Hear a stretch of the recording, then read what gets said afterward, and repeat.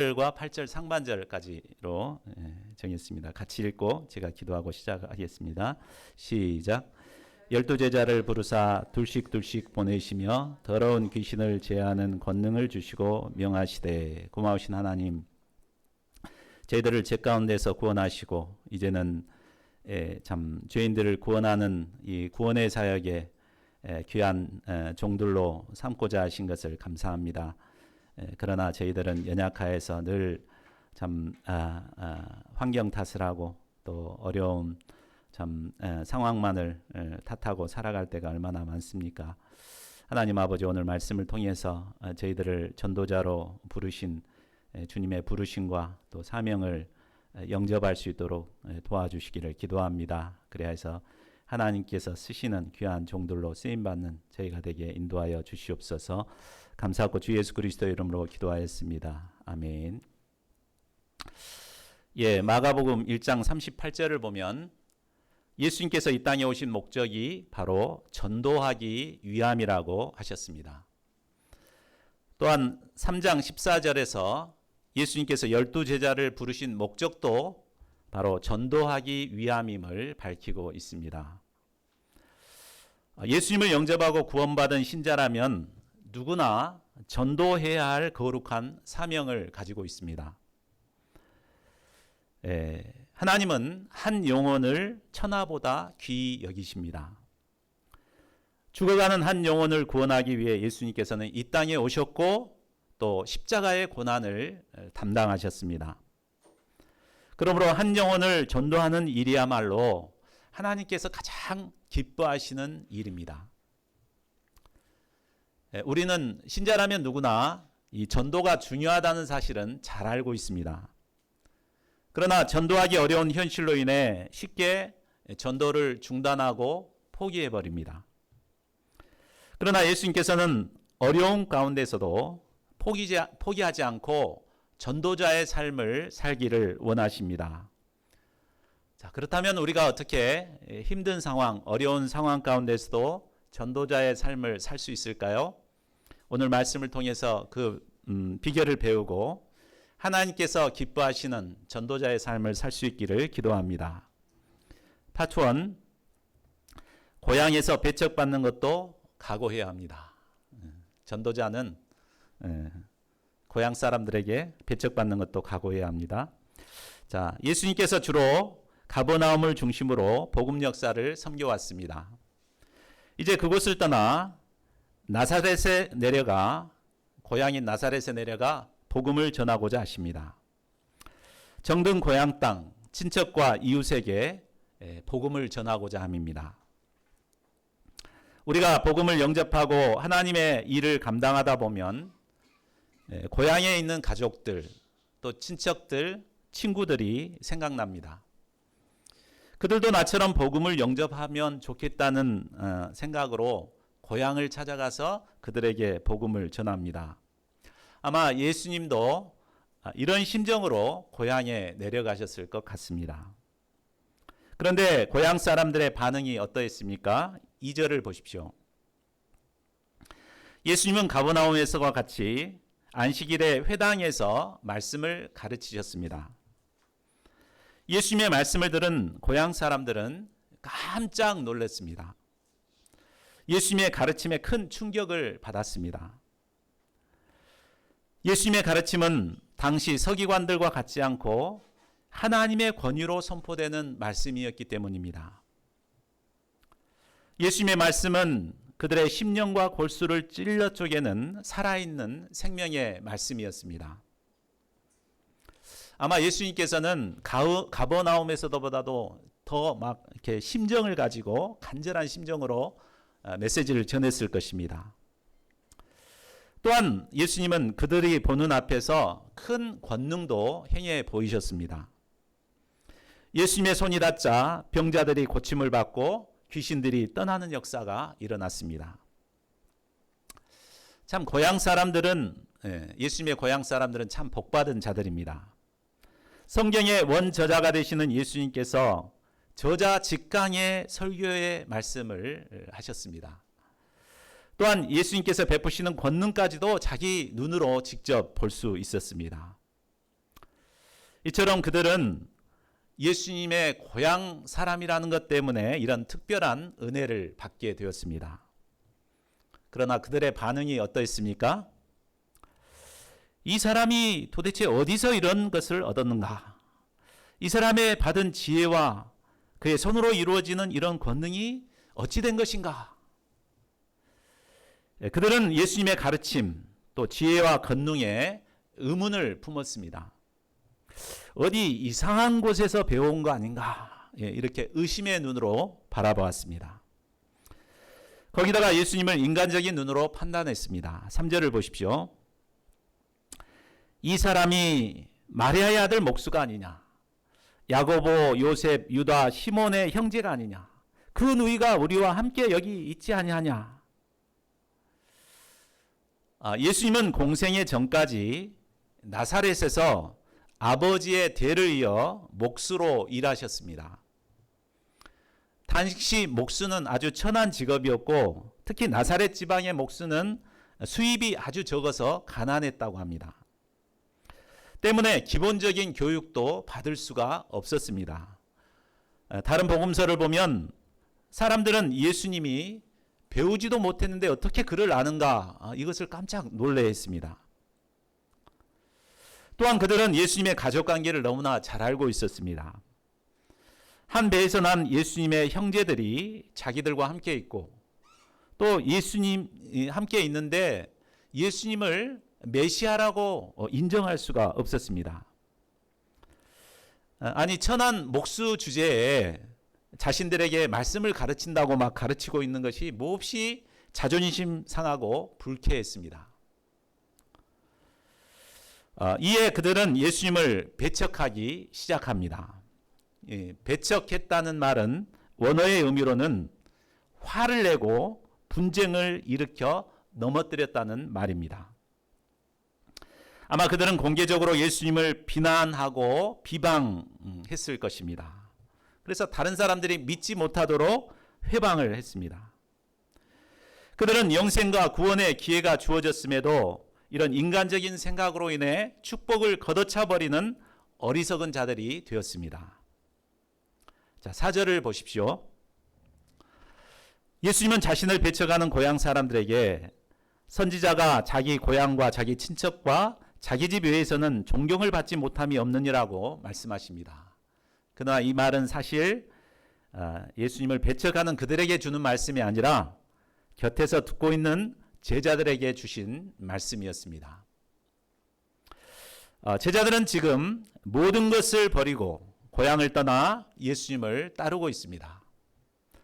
이들의 마음속에는 나도 언젠간 성공해서 가족과 친지들이 보는 앞에 급이 환영할 것을 기대했을 것입니다. 그러나 자신들의 눈앞에 펼쳐지는 것은 사랑하고 존경하는 예수님께서 고향 사람들로부터 배척당하는 모습이었습니다.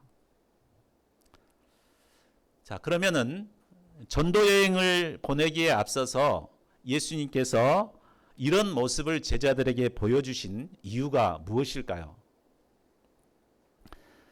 그것은 전도의 사명을 감당할 때 사랑하는 사람들, 특히 고향과 친척, 친구들에게 환영받을 기대를 하지 말아야 함을 가르쳐주기 위함이었습니다.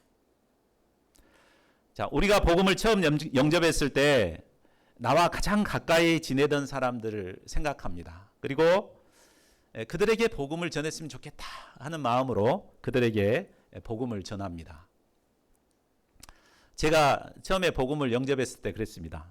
제가 친구들을 굉장히 좋아했는데 참 친구들이 있는 곳이라면은 술 먹는 자리도 막 가서 막 이렇게 내가 만난 예수님을 막 이렇게 신앙 간증하고 막 전했습니다. 그러나 그들은 저의 말을 귀담아 듣지 않았습니다. 오히려 기독교 환자 취급을 하며 비웃고 조롱했습니다. 그때 얼마나 마음이 힘들었는지 모릅니다. 자, 이것을 잘 아시는 예수님은 제자들에게 친한 사람들이나 친구들의 지지를 기대하지 말도록 미리 예방 주사를 주신 것과 같습니다. 예수님도 고향 사람들에게 배척을 받으셨는데 내가 당하는 것은 오히려 당연하다 이렇게 여기도록 가르치신 것입니다. 자, 5절을 보십시오. 예수님은 불신의 분위기가 가득한 갈릴리 땅에서 더 이상 권능을 행하실 수 없으셨습니다. 예수님의 권능은 항상 믿는 자들을 통해서 나타내십니다. 그런데 불신의 분위기로 인해 더 이상 예수님의 권능은 일어날 수가 없었습니다. 다만 그런 중에서도 소수의 믿는 자들을 통해 병자들이 치유되는 역사가 일어나게 되었습니다. 이 모습이 바로 오늘날 우리들의 모습이 아닌가 싶습니다. 오늘날 우리들의 모습은 어떻습니까? 불신이 만연해 있죠. 그래서 과거와 같은 그런 놀라운 성령의 역사들은 잘 일어나지 않는 것 같습니다. 그러나 그런 중에서도 믿음의 사람들을 통해서 이런 치유의 역사, 회복의 역사들이 일어나고 있습니다. 자, 6절을 보십시오. 예수님은 그들이 믿지 않음을 이상히 여기셨습니다. 여기서 이상히 여기셨다는 말은 헬라어로 다우마조라고 하는데 이것은 아주 놀랍게 여겼다라는 뜻입니다.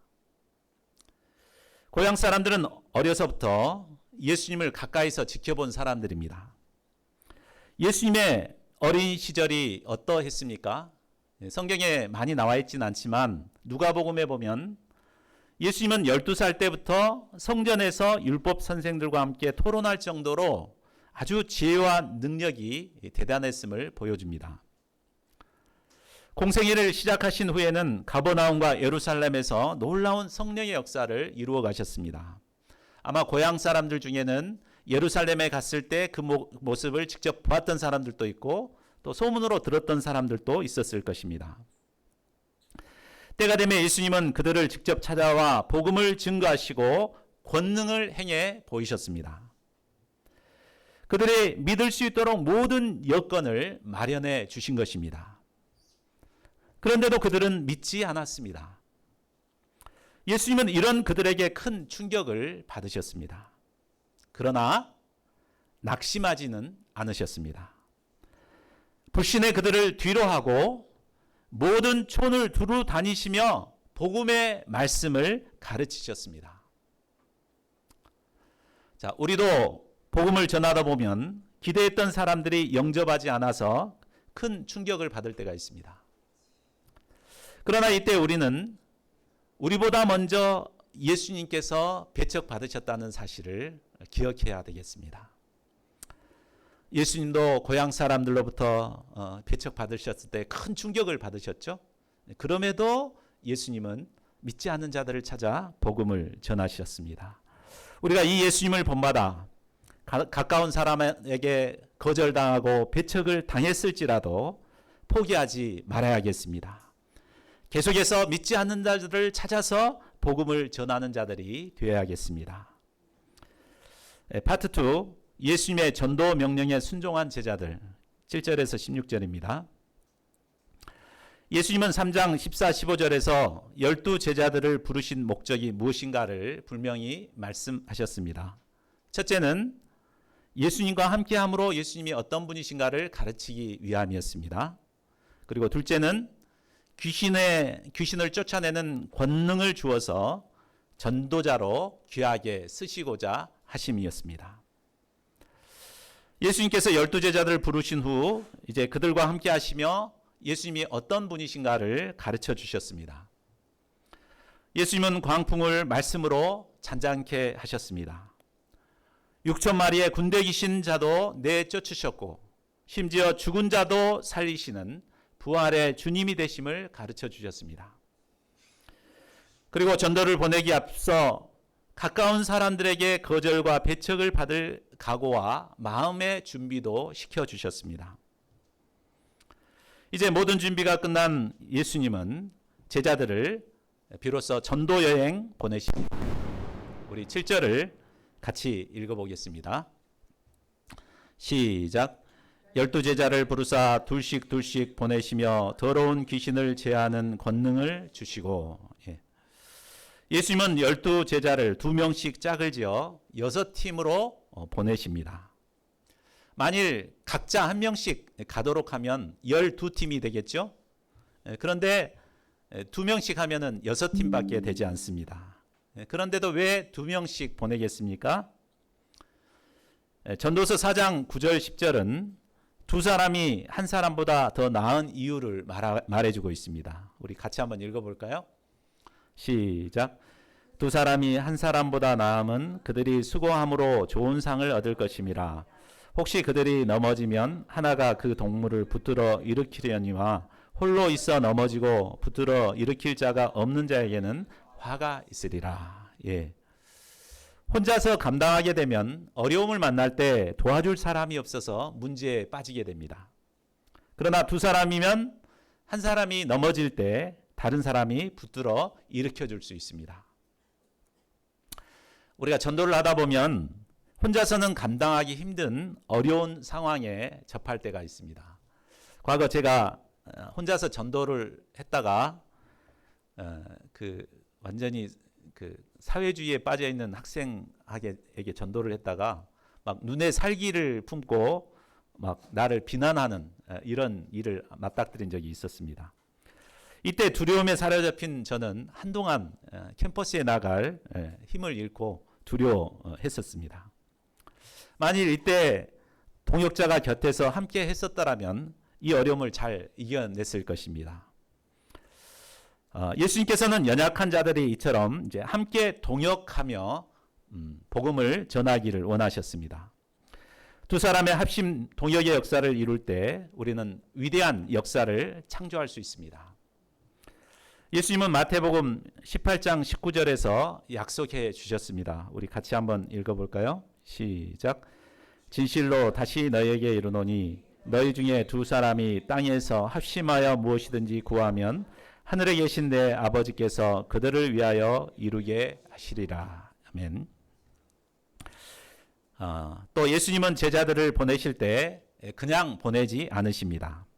그들에게 더러운 귀신을 제어할 수 있는 영적 권능을 주십니다. 전도는 악의 영들과 싸우는 영적 전쟁과도 같습니다. 영적인 싸움에서 승리하기 위해서는 악의 영들을 제어할 힘이 필요합니다. 이에 예수님은 그들을 보내기 전에 미리 그들에게 귀신을 제어할 수 있는 영적인 권능을 주셨습니다. 전도의 사명을 가진 우리에게는 이미 예수님이 주신 영적 권능이 있습니다. 이 믿음으로 시시각각 역사하는 악의 영들을 분별하고 대적하여 싸워야 합니다. 주님이 주신 권능은 쓰지 않으면 녹슬고 무뎌지게 됩니다. 저희 모두가 주님이 주신 이 영적 권능을 적극 사용함으로 악의 영들을 물리치는 자들이 되기를 기도합니다. 8절과 9절을 보십시오. 예수님은 제자들을 보내 명령하십니다. 여행을 위하여 지팡이 외에는 아무것도 가지지 말라고 하십니다. 먹을 것, 배낭, 돈, 신발과 옷은 여행하는 데 있어 꼭 필요한 것입니다. 그러나 예수님은 이런 것들을 가지지 말라고 하십니다. 왜 그렇게 하시는 것일까요? 그것은 이것들을 의지하지 않고 온전히 하나님만을 의지하도록 함입니다. 사람들은 10,000원짜리 한 장만 있어도 그 10,000원을 의지하지 하나님을 의지하지 않습니다. 복음 역사를 섬길 때도 가진 것이 많으면 그것을 의지하게 됩니다. 그렇게 되면 결국 영역을 상실하고 무기력하게 되어버립니다. 만일 그것으로 원하는 대로 성공을 했다 하더라도 결국에는 자기 영광에 빠지게 될 뿐입니다. 때문에 예수님은 처음부터 그런 것을 아예 의지하지 않도록 철저히 차단시키셨습니다. 이를 통해 오직 하나님만을 의지하는 자립적인 종들로 훈련하셨습니다. 자, 10절을 보십시오. 전도하러 나갈 때 예수님께서는 제자들을 도와줄 사람을 미리 예비해 놓으십니다. 이들을 통해 그들의 필요할 것들을 공급하십니다. 이때 제자들은 그 집에 들어가 그들과 함께 머물러 있어야 합니다. 반찬이 입에 맞지 않는다고 또 잠자리가 불편하다고 이 집 저 집 옮겨 다녀서는 안 됩니다. 이때 하나님께서는 돕는 자들을 통해서 필요한 모든 것을 다 공급해 주시니까 가지고 갈 필요가 없었던 것입니다. 자, 11절을 보십시오. 전도할 때 영접하는 자도 있지만 영접하지 않는 자들도 있습니다. 요즘은 영접하지 않는 사람들이 거의 대부분이죠. 사람들이 영접하지 않을 때 우리는 어떤 마음을 갖기 쉽습니까? 내가 부족해서 그들이 영접하지 않는가? 이렇게 자책하기 쉽습니다.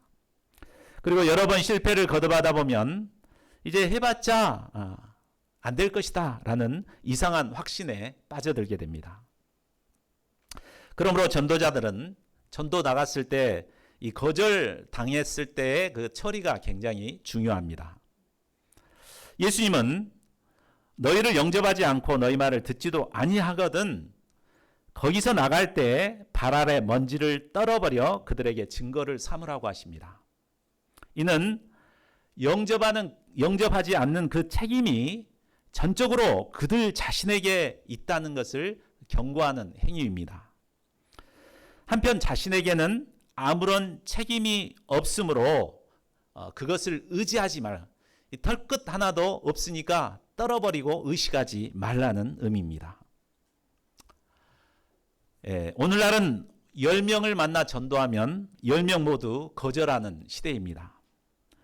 이런 시대에 계속해서 전도자의 삶을 살기 위해서는 이 거절에 익숙해져야 합니다. 거절받았을 때 탁 털어버리는 이런 훈련이 필요합니다. 반복되는 실패의 악몽을 떨쳐버리고 매 순간 새로운 마음가짐으로 도전을 해야 되겠습니다. 자, 12절을 보십시오. 전도를 위해 보냄을 받은 제자들은 나가서 회개하라 전파했습니다. 전도는 단순히 사람을 데리고 교회로 오는 것만을 말하지 않습니다. 전도한 그 사람이 자신이 죄인이라는 것을 깨닫고 회개하도록 돕는 것이 바로 전도입니다.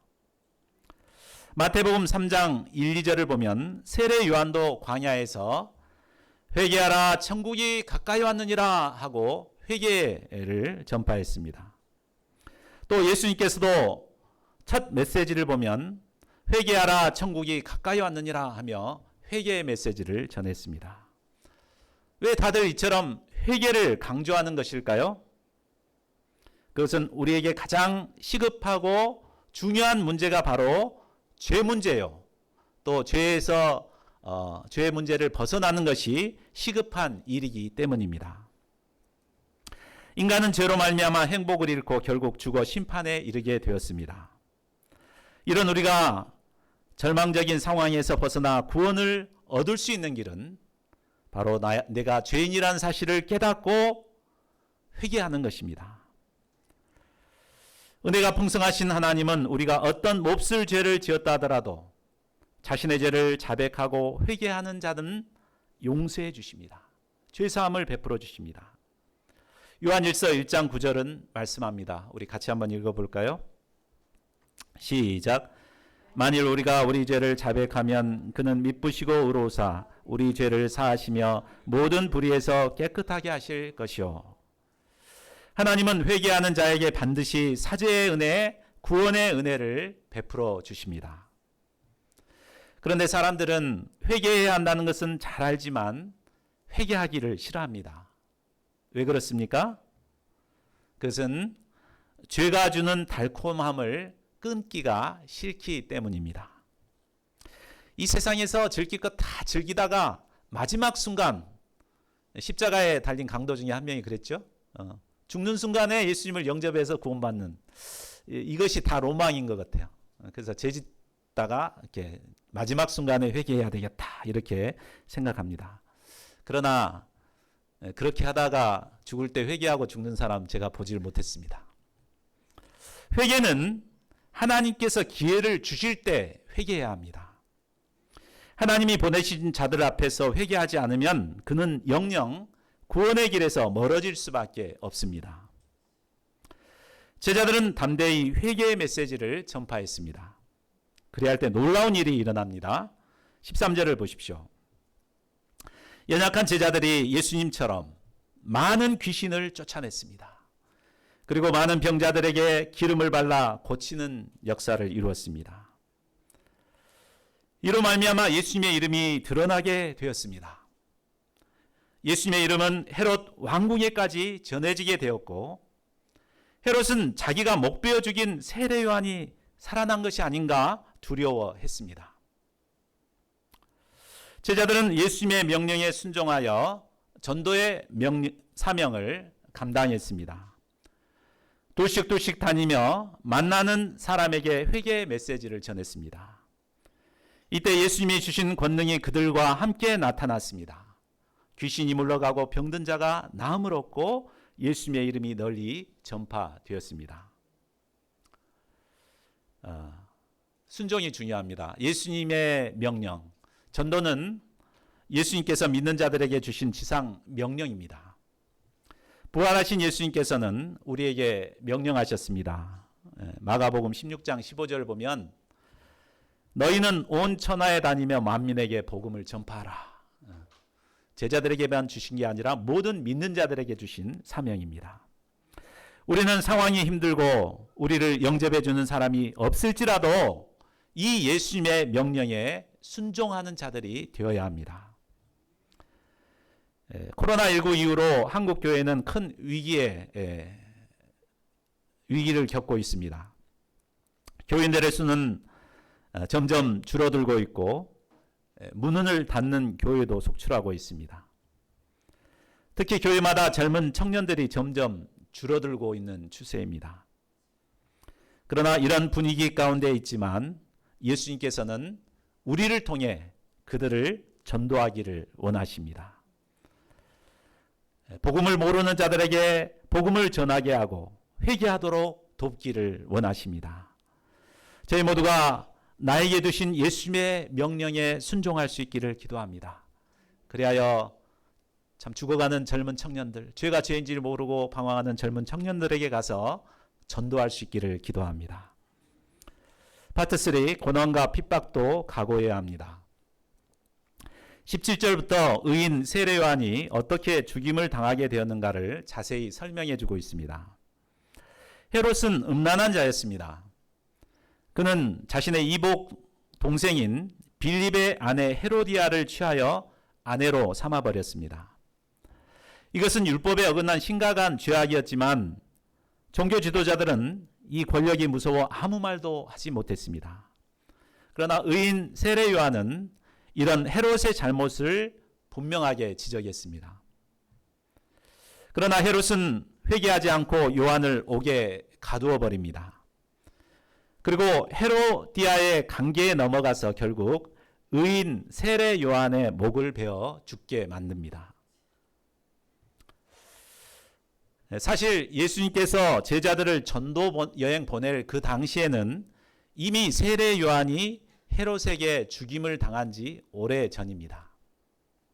그런데 왜 마가는 제자들이 전도 여행을 다녀온 직후에 이 사건을 이렇게 자세히 기록한 것일까요? 첫째로 회개하지 않으면 그 결과가 얼마나 비참해지는가를 보여주기 위함입니다. 세례 요한의 책망을 통해 헤롯은 회개해야 했습니다. 그러나 그는 회개하지 않고 자신의 권력을 이용해서 세례 요한의 입을 틀어막고자 했습니다. 그래서 감옥에 가두었습니다. 사탄과 같은 헤로디아의 계략에 결국 넘어가서 의인 세례 요한을 죽이는 아주 심각한 죄에 빠지게 되었습니다. 큰 죄를 범한 헤롯 왕은 막강한 권력과 부를 누리고 있었지만 단 하루도 평안한 날이 없었을 것입니다.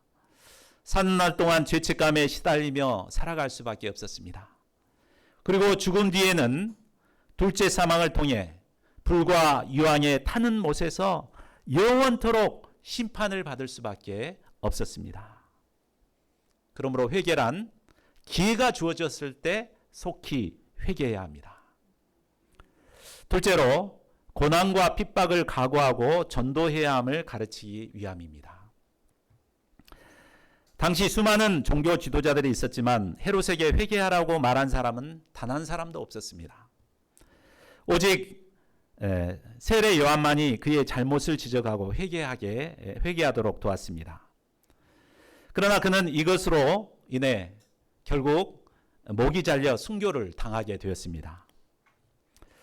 마가복음을 쓸 당시 당시는 네로 황제의 기독교에 대한 핍박이 거세질 무렵이었습니다. 이런 상황에서 전도를 하다 보면 세례 요한처럼 옥에도 갇히게 되고 심지어 죽임을 당하는 수도 있었습니다. 이로 인해 신자들은 더욱 위축될 수밖에 없는 상황이었습니다.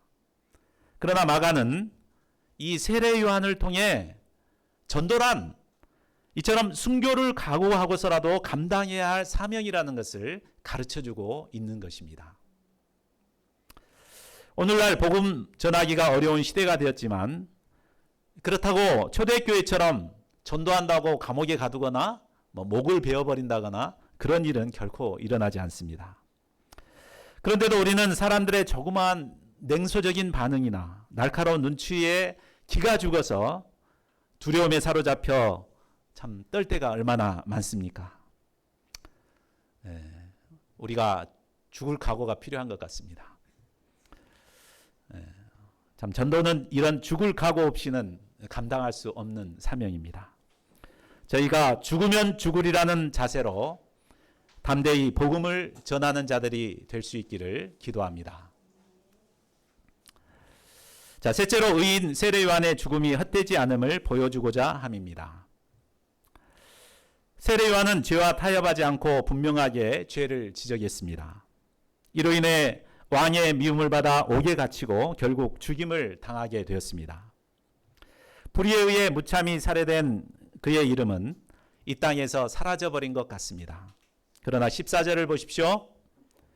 그는 죽었지만 예수님의 이름이 드러날 때 그의 이름도 다시 살아났습니다. 요한을 죽였던 헤롯은 그의 이름으로 인해 벌벌 떨었습니다. 이는 장차 예수님의 이름이 증거되는 곳에 사도 요한의 이름도 살아날 것을 보여주고 있습니다. 뿐만 아니라 장차 예수님이 영광스러운 모습으로 나타나실 때 세례 요한도 영광스러운 모습으로 살아나게 될 것을 보여주고 있습니다.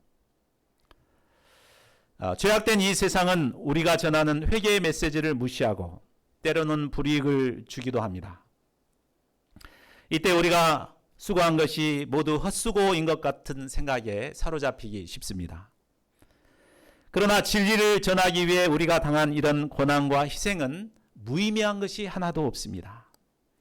예수님의 이름과 함께 우리의 이름이 생명책에 기록되고 장차 하나님 나라에서 우리의 이름이 불려지게 될 것입니다. 영원한 하나님 나라의 소망을 덧입어 믿음으로 담대히 복음을 증거하는 전도자들이 될 수 있기를 기도합니다. 자, 말씀을 맺겠습니다. 이상을 통해 12제자를 전도자로 훈련하신 예수님을 배울 수 있었습니다.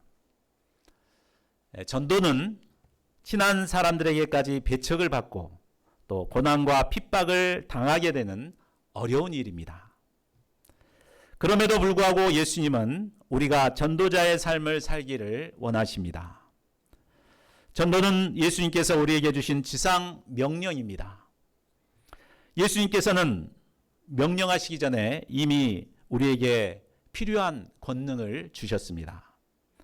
우리는 연약합니다. 그러나 우리에게는 예수님이 주신 권능이 있기 때문에 전도하고 모든 악의 영들과 싸워 이길 수 있습니다. 오늘날 한국교회는 영적인 침체기에 빠져 있습니다. 그러나 어려운 상황에서도 부흥을 하는 교회들이 있습니다. 그 공통점이 무엇인지 아십니까? 바로 어려운 상황에서도 전도하는 교회라는 것입니다. 저희 모두가 바로 이런 교회가 되기를 원합니다. 어려운 상황에서도 어찌하든지 전도하라는 그 예수님의 명령에 순종함으로 별과 같이 영원토록 빛나는 저희 모두가 될 수 있기를 간절히 기도합니다. 우리 요절 말씀 읽고 함께 기도하는 시간 갖겠습니다. 자, 시작. 열두 제자를 부르사 둘씩 둘씩 보내시며 더러운 귀신을 제하는 권능을 주시고 명하시되